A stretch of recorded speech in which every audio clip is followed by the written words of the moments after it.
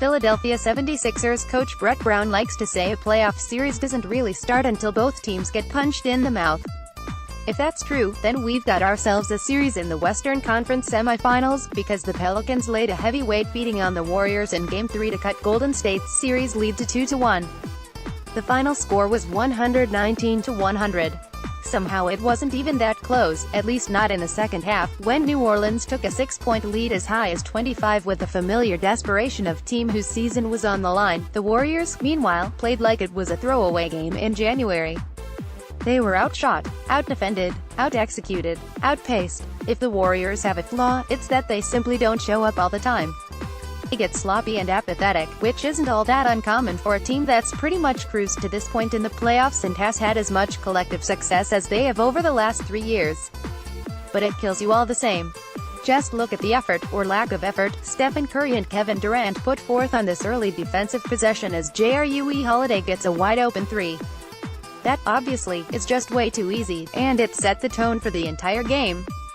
Every time you looked up, New Orleans was beating Golden State down the floor, on misses and makes. Their pace was relentless, particularly in the third quarter when they stretched the lead.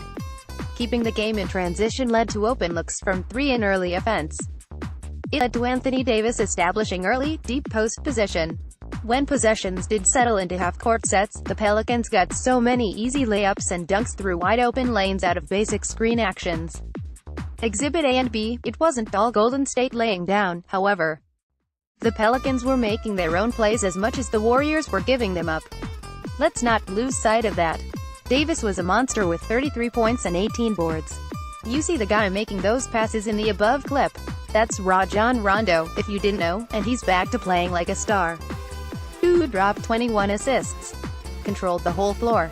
To say he's been big for the Pelicans is an understatement, and I'd be lying if I said I wasn't one of the people who had, as Jamal Crawford says, written Rondo off a long time ago. Crazy part about Rondo is he knew he was still this player the last few years when people tried to write him off.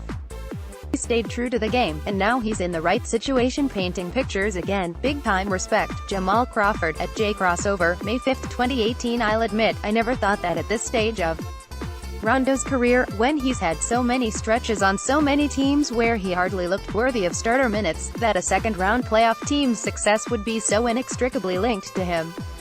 But he has changed everything about this Pelicans team. The pace they play at, the way they share the ball, their energy and confidence, these are all at least partial functions of Rondo, who, by the way, is a free agent this summer. They better re-sign him quickly. Rondo's point guard counterpart, Curry, was back in the starting lineup, and perhaps the Warriors lulled themselves into thinking Curry's full return gave them enough margin for error to bring their C game and still escape with a win. He didn't even bring that, and either way, they were wrong. Curry, at least relative to his normal impact, was an effective non-factor with 18 points, 6 of which were in total garbage time. After putting up 28 off the bench in Game 2 after sitting out more than 5 weeks with a sprained knee, Curry saw the kind of defense from the Pelicans that Damian Lillard experienced in the first round. They went hard over screens. They showed and doubled. They immediately closed his airspace on the catch. They almost never lost connection with Curry off the ball as he ran through his normal maze of screens. Of course, stopping the Warriors these days is about more than stopping Curry. This is the quandary teams face. They have two players that demand double teams in Curry and Durant, and you can't double them both. Enter Jrue Holiday, who apparently doesn't need help guarding Durant.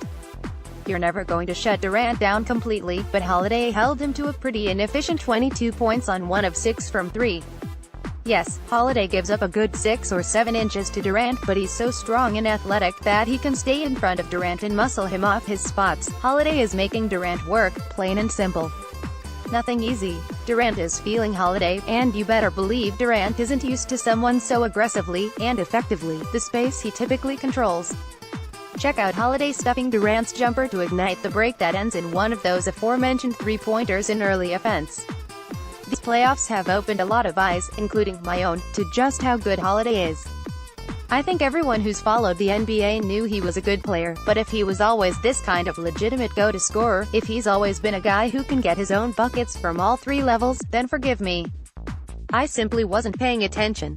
I am now. I'm paying attention to everything about this Pelicans team right now. I am fascinated with what they have become without DeMarcus Cousins, and I'm probably even more fascinated by what they might still become should they decide to bring Cousins back next season.